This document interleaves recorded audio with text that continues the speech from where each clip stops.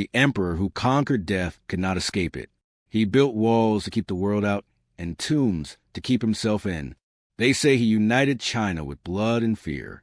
He burned the past to become eternal. But in the end, the earth swallowed him whole. And his army still stands guard made of stone and silence. Before he was emperor, before he was legend, he was a child who never slept without fear. His name was Zhang, and the world around him was made of blades and whispers. He was born in a palace of shadows where every smile had a dagger, and every meal could be his last. The princes of other kingdoms were raised on silk. He was raised on suspicion. His mother warned him that in the Qin court love was a weapon sharper than steel. When his father died, the kingdom fractured like broken glass, and the boy who would be king was surrounded by wolves.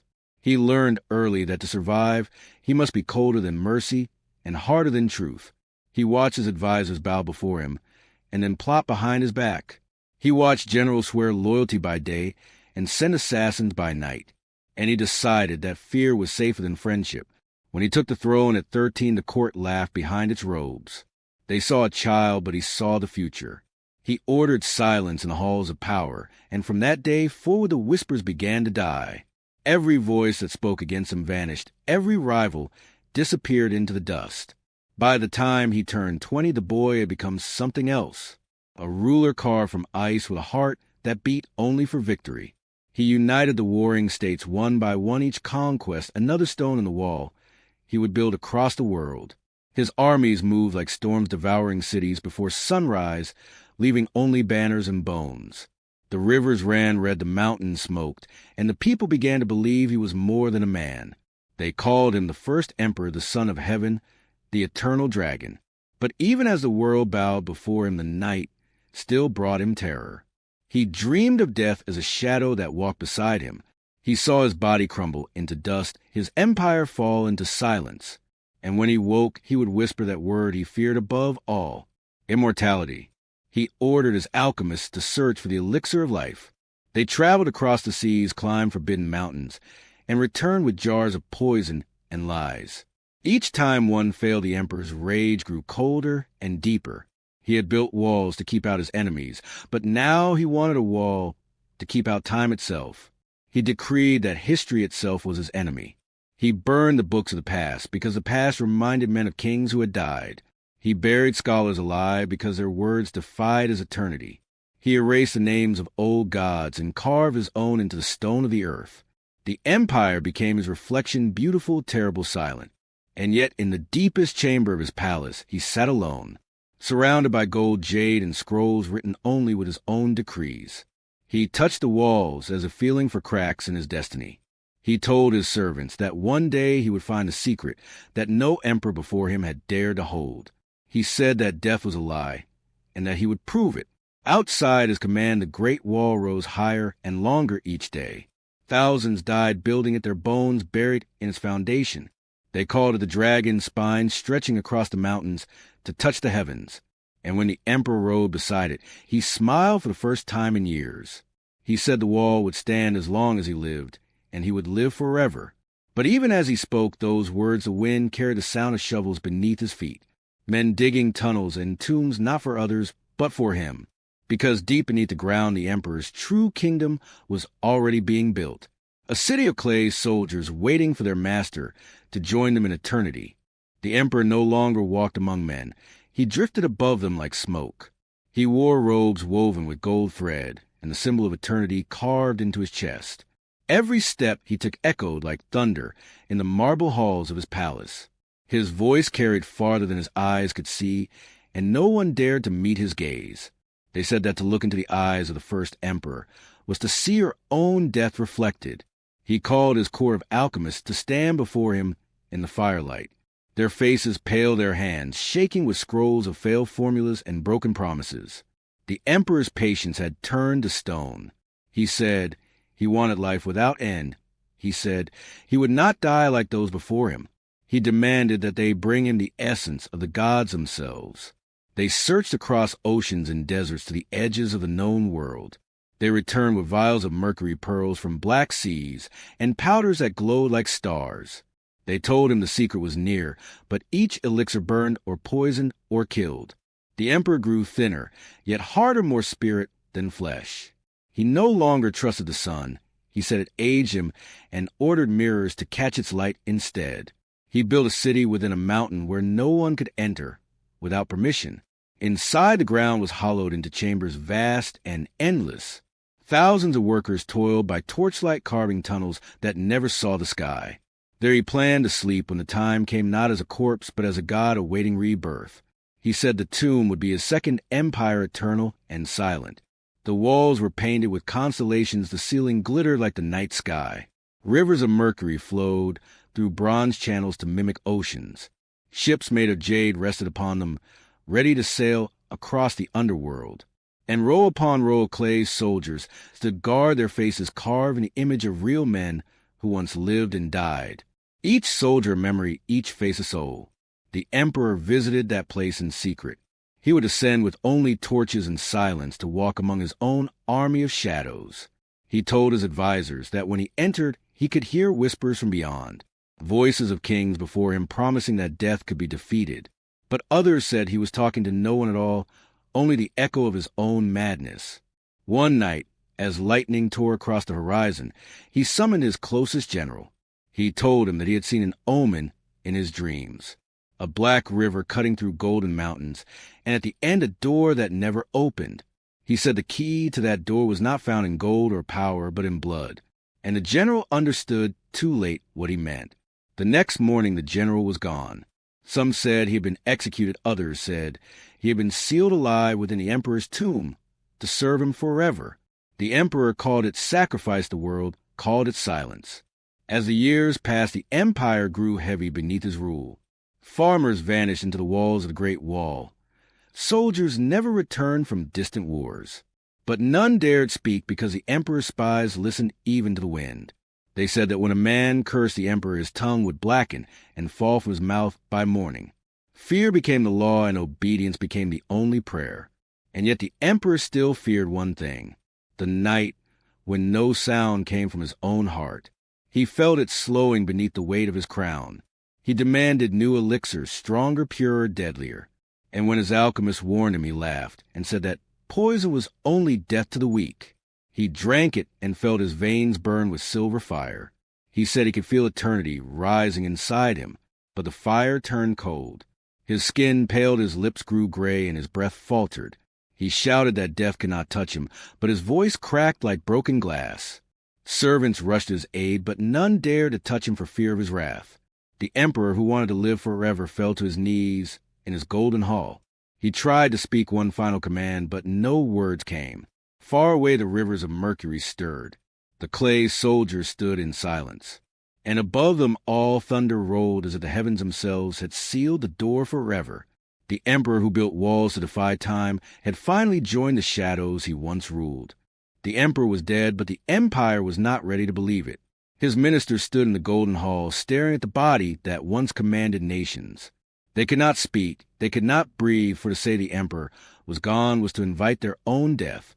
So they hid the truth beneath layers of silence. They sealed the palace gates and forbade the servants from leaving. They placed the body in a cart filled with fish to mask the stench of decay. And as the royal procession moved across the empire, the people bowed in reverence, unknowing that the Son of Heaven lay lifeless among the living. His closest advisor, Lisi, rode beside the carriage, his face pale, his eyes hollow. He whispered to his guards that the emperor must reach his tomb before word spread. He said the empire was built on fear, and that fear could not die with its maker. So the soldiers obeyed, and the journey began. They crossed mountains, deserts, and rivers under the black banners of mourning. Each village they passed fell silent to wind, carrying only the sound of drums. But at night the horses screamed for reasons no one could explain. Some said the spirits of the dead followed the procession, demanding release. Others said the emperor's soul refused to rest because his dream was not yet complete. When they reached the city of the tomb, the air itself felt heavy. The gates stood open, waiting, as if the mountain already knew its master was returning. Thousands of workers stood ready with torches, their faces coated in ash and fear. They had built this place for years, but none had ever seen its heart until now. The cart rolled into the central chamber, the emperor's body, still hidden beneath layers of silk. Li Si gave the order to lower him into the bronze coffin. He said the emperor would awaken one day when the stars returned to their first position. He said his soul would rise with the dawn and rule again. But as the lid closed, a shiver ran through every man in the hall. Then began the sealing of the tomb. Rivers of mercury were poured into the channels surrounding the chamber. The air filled with metallic mist that burned the eyes and skin. Artisans sealed the walls, painting landscapes of heaven and earth. And when they finished, Li Si gave the final command. He said no one must ever speak of this place again. One by one, the workers were led deeper into the tunnels to place the last bricks. When the final wall was sealed, the entrance was hidden beneath layers of stone and soil. But those who built it never returned. Their families waited for months, then years, but no one came back. It was said that the emperors would demanded that all who touched his tomb would remain there forever, to guard him for eternity. And so the silence began. The empire above changed, rulers' dynasties rose, and fell cities burned and vanished. But beneath the fields near Zen, the emperor slept surrounded by an army of clay. Thousands of soldiers carved with faces of the real men who once walked beside him. No two the same, no two forgotten. Each figure held a weapon of bronze, each stood ready to march. Their armor detailed, their eyes unblinking, their expressions frozen in loyalty and terror. Time passed, but they remained untouched by centuries of rain, fire, and war. They waited for the voice that would call them back to life, the voice that would never come. Legends grew from whispers. Travelers spoke of strange lights in the hills of men who disappeared while digging wells. They said the ground itself breathed on certain nights, the shadow moved beneath the soil. Some believed it was the spirit of the emperor, still searching for the elixir of life. Others believed it was his army, still waiting for the final command to rise. Then the centuries turned, and the world forgot, until one day farmers digging for water struck something hard. They brushed away the dirt and saw a face staring back. A soldier made of clay, eyes wide-mouthed, sealed, as if guarding a secret. When the archaeologists came and dug further, they uncovered the impossible. An entire army sleeping beneath the earth exactly as the legends had warned. The world stood in awe. But even now no one dares to open the emperor's own chamber. It remains sealed, untouched, surrounded by deadly rivers of mercury and ancient traps. Scientists say it could collapse if disturbed, but others say something else keeps it closed. Something that does not want to be awakened. The emperor who sought eternal life had achieved it in another way. His body lost, but his name immortal. His soldiers still standing, his tomb still watching. And somewhere deep within that mountain, a whisper still echoes through the darkness. The whisper of a king who would never die. For 2,000 years the earth above the emperor's tomb lay quiet. Dynasties came and vanished, kingdoms rose and burned to ash. The great wall crumbled, the palaces turned to dust. But the mountain that held the first emperor never moved. The locals called it the hill that breathes, and few dared to go near it after dark. Then came the spring of 1974. A group of farmers digging a well struck clay instead of water. At first they thought it was a broken statue or relic from some forgotten temple. But as the dirt fell away, they saw a face staring back. Eyes of stone, yet alive with something ancient. They had awakened the first of the emperor's soldiers. News spread quickly across China and the world. Teams of archaeologists arrived armed with shovels and science. They unearthed row after row of warriors, horses, chariots, and generals. Each one unique, each one made with impossible precision. No two faces the same, no two hands carved alike. It was not just a burial site. It was a city of the dead. But as the excavation went deeper, strange things began to happen. Equipment failed. Without reason, photographs came out blurred. Workers complained of whispers in the tunnels, even when alone. Some said they heard the sound of marching footsteps echoing from beneath. Others claimed they saw faint lights moving like lanterns in the sealed corridors. One night, a guard stationed near the entrance vanished. His lantern was found burning in the dirt, his footprints stopped mid-path. The other guards refused to take his post, saying the emperor had taken him back. The project leaders dismissed it as superstition, but none of them would stay after sundown. Then came the scientists. They brought instruments to measure the mercury levels in the ground. What they found shocked them all. The soil above the main tomb was saturated with mercury far beyond natural limits. It matched the ancient records that spoke of rivers of silver flowing around the emperor's chamber. The scientists warned that the air itself inside might be toxic, a trap laid for eternity. The government ordered the chamber sealed. They said it was to preserve the site for future generations. But those who worked there whispered another reason. They said every time they drilled too close, machines shut down and lights flickered. They said something deep below still breathed. Even now, no one has opened the emperor's burial chamber. No photograph, no skin, no living eye has seen what lies inside. Some believe the tomb is filled with treasures of gold, jade, and unrecorded history. Others believe it holds something else, something the emperor himself summoned when he sought to conquer death. Legends say the emperor made a pact with the gods of the underworld, that his spirit would rule forever, so long as his body remained undisturbed. It is said that if the tomb is ever opened, the curse of the dragon emperor will awaken with it, and his army will rise again to reclaim the land that once knelt before him. Archaeologists who have worked near the site speak in hushed tones of dreams they cannot explain. Dreams of vast armies standing in silence of walls that breathe and whisper names from another age. They wake drenched in sweat, certain that something watched them from below. One researcher who left the project refused to speak of what he saw. He said only one thing before disappearing into isolation.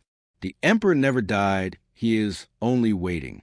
And perhaps that is the truth, because time has not erased his power, it has only hidden it.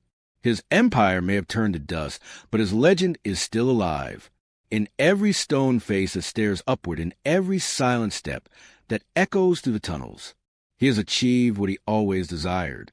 Not life, but memory, not breath, but eternity. The Chinese people still honor him as both creator and destroyer. The man who united their land and the monster who drowned it in fear. His story is taught as history, but remembered as warning, that the pursuit of immortality is the fastest road to oblivion, and that even the mightiest empires must one day bow to the earth they ruled. But as satellites scan the ground and scientists map the chambers, the world wonders what lies sealed inside that final room, and whether one day curiosity will break the silence and wake the dragon that sleeps beneath the soil of Xi'an.